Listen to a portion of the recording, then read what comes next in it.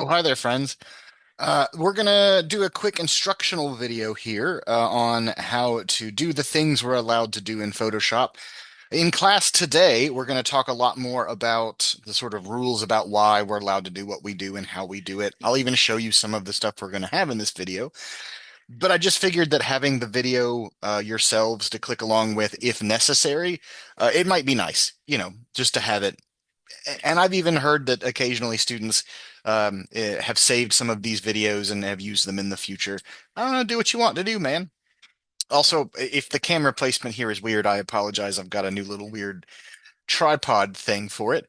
Also, I did, admittedly, mean to get this done on Monday, but like we're going to talk about in class, the schedule of mine's kind of beat me up a little bit, so I super apologize. Also, if you were like, "Hey, where'd that pitching thing on Friday go?" Friends, it just didn't happen. We'll talk about it in class. All right, this is a basic primer that you can use to do some of the basic adjustments that we can do in this class. Now, if you're in the full photojournalism class, we're going to go a lot more in depth in this. This is just for the basic fundamental stuff. But sometimes you find yourself in a position where maybe the photo isn't super rule of thirdsy. Like this one is, so this one isn't the perfect example here. But maybe you're in a situation where you want the photo to fit differently. Like here, this photo is fairly horizontal in its design, but what if we just wanted to grab and use the vertical part instead of the horizontal part? What we want there is cropping, like the most basic and simple and easy form of photo editing there is. We'll grab the cropping tool over here that looks like this little symbol of two L's having a hug. We'll click that, and then we can either click and drag, or we can click and drag over from the borders of the side of the shot, and we can decide where we want to crop. Anything that's inside the box will get saved, and anything outside of the box will get cut. So here, right, maybe we want to make this more of a vertical shot than a horizontal shot. We can move the castle or pagoda to the right over. We can move this down to the bottom here. We want to make sure we have a nice amount of headroom, but we could always, I don't know, actually, I kind of like that. Give it a little headroom there. And then once we have what we want, all we have to do, and this is so easy, friends, is double click. Blam. Once we double click, it is edited for good. Now we could always undo. You can control Z, you can do file undo or edit undo rather. But at this point, it's saved. We could just save and export this cropped photo all we want. We've taken a horizontal shot, converted it to vertical. We could do the same thing if we wanted to make something either rule of thirds or not rule of thirds. We can make that adjustment via cropping. Occasionally, we end up with a shot that's too light or too dark. So let me show you the fast and the slightly less fast way of doing. So this shot's a little bit too bright. This tricycle in our recent snow. Uh, if you look, the snow has got a lot of detail missing in it. It's kind of blending into some of the same colors of the fender on the little tricycle here. Like it's a little too bright. We might want to cool this down a little bit. So one of the things we can do is we can go to let's see, the quick and easiest way to do it would be to go image and then adjustments and brightness and contrast. We'll talk about contrast more in a second. And you've got this kind of brightness slider up here, and this will change the brightness of the whole photograph. And we can go this way and make it brighter, which is not what we want. We actually want to go the other way, and we can darken it just a little bit. And if you notice, darkening it brings in some of the details of the snow underneath the tricycle's tires. It also brings in the watermark of the photographer, which is funny. I love a good hidden watermark that you can only get if you start messing with the editing. So right, if we notice the whole shot gets darker as we slide this down. So this is holistic. We can adjust the entire photograph this way.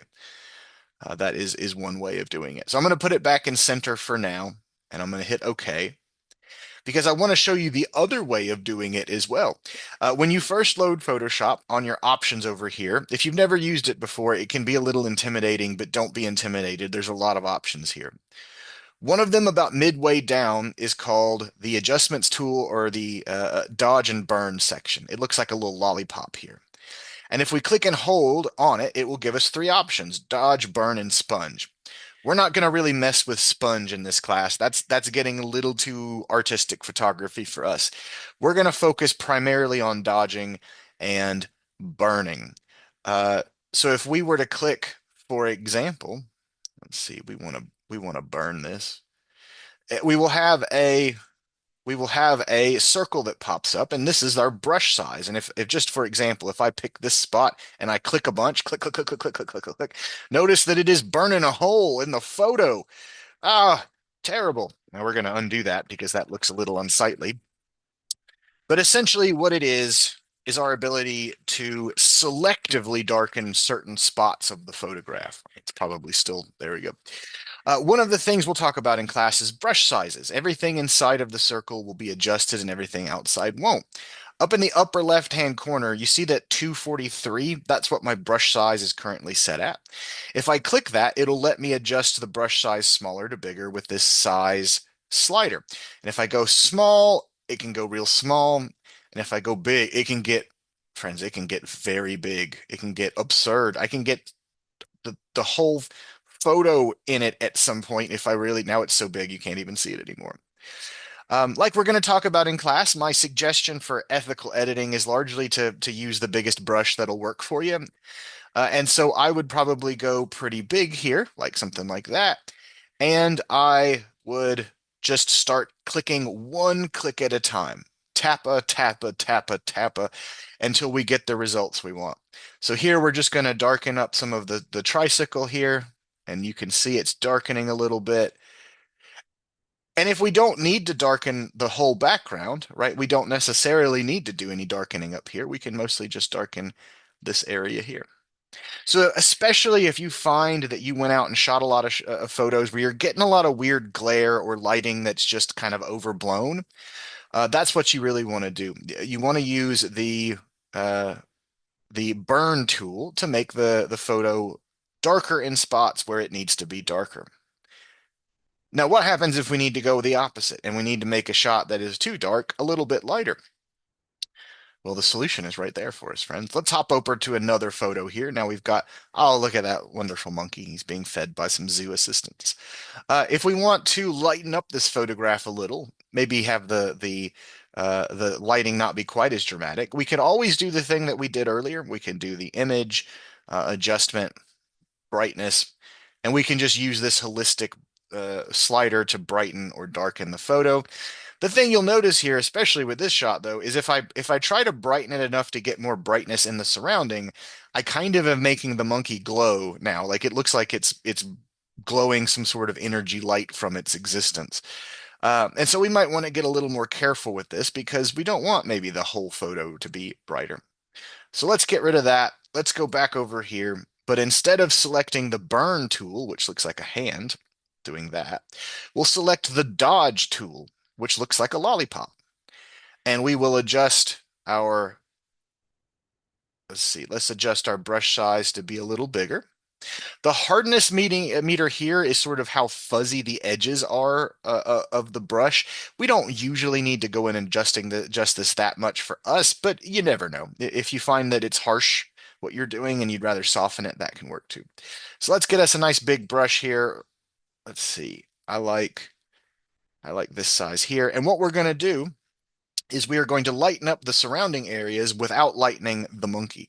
So I'm just gonna tappa tappa. I'm just gonna tappa tappa here. And I'm gonna tappa tappa on this plate of fruit. I'm gonna tappa tappa over here. And we're just gonna, I did lighten the monkey just a bit. And what we're gonna do is as we tap, you can notice that this area here, the fruit is getting just a bit lighter. So we can get just a bit more of the surrounding areas without making the monkey so bright that he looks like he's, or she, I don't know the gender of this monkey, that look like it's glowing. So we can just put a little less dramatic lighting uh, on this monkey photo. So you can do the full scale lighting or darkening, but that's where dodge and burn for lighting and darkening really comes in, is that if you have aspects of the shot where the whole thing doesn't need to be lighter or darker, but just parts of it, we would like to use either dodge or burn. That gets us to contrast. Contrast is a weird one because contrast adjustments do lighten and darken the photo in ways. They just do it at the same time. So, like we're going to talk about today in class, contrast is all about how different the light and dark parts of the photo are from each other. And it's done at a pixel level at this kind of photo editing in a photo editing software.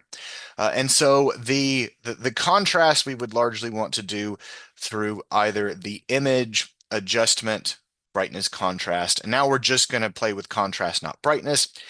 And if we notice as we increase the contrast, what's actually happening is that the light parts of the photo are getting lighter and the darker parts of the photo are getting darker.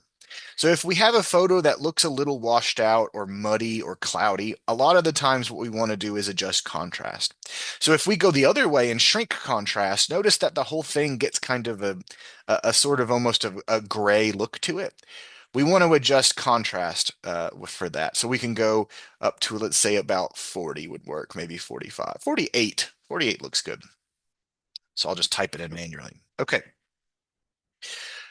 The thing we want to try to avoid the best we can is the idea of like overdoing the contrast. It's a controversy in photojournalism that a lot of photojournalists kind of learned through the years that if you just take a regular photo and you crank the contrast all the way to the top, it makes it kind of feel moody and dramatic, but it in a lot of ways is kind of a false moodiness or drama. It's kind of creating a false thought in people's brains a little.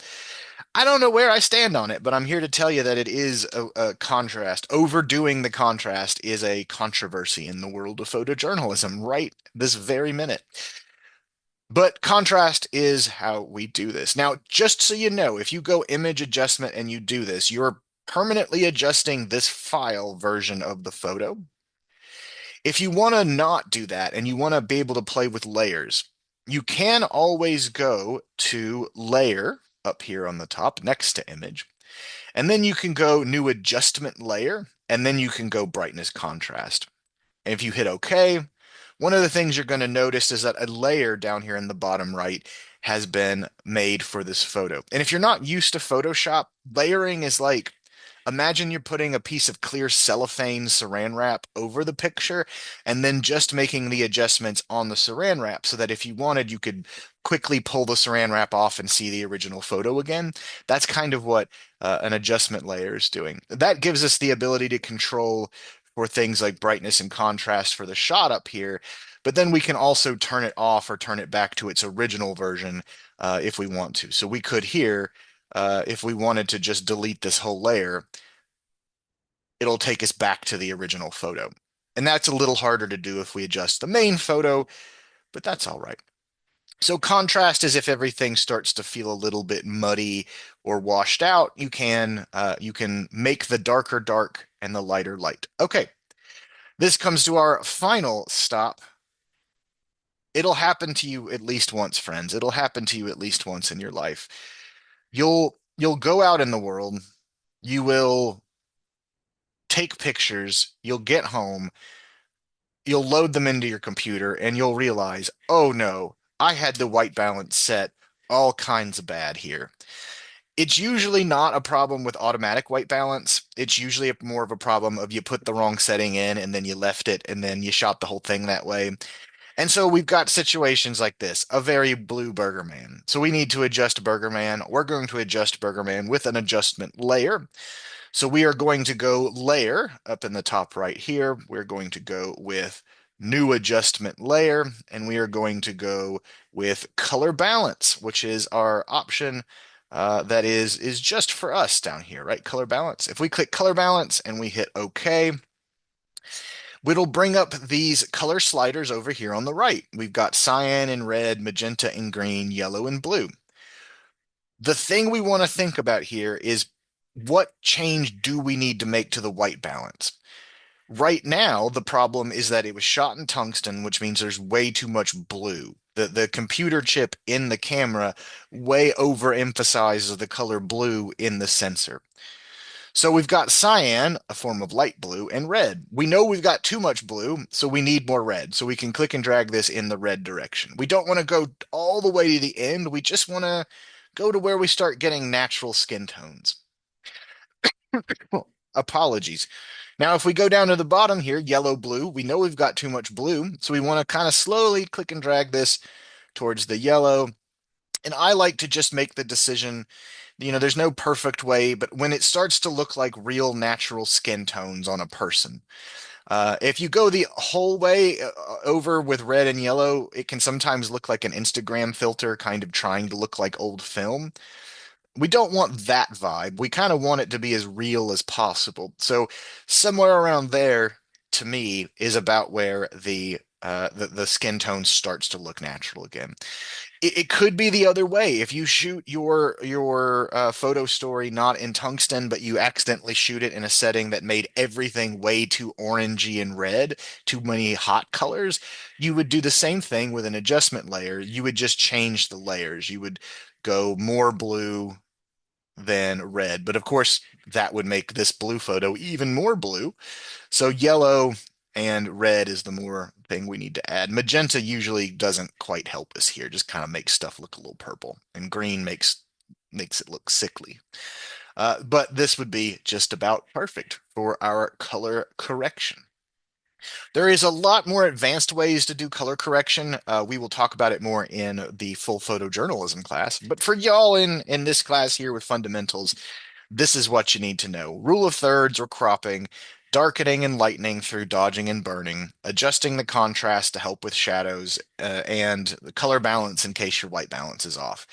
This is all designed in the like, if your photos are not quite perfect, but you really wish there was just that little difference in them to make it more realistic and look like how the world actually looked, that's how you do it. All right, we're going to talk more about this in class itself today, and there will be an assignment that by the end of the week, I would just like you to make some adjustments to some photographs. All right, we'll talk about it in class. I will see you all later. Happy editing. Bye. Where's the stop button?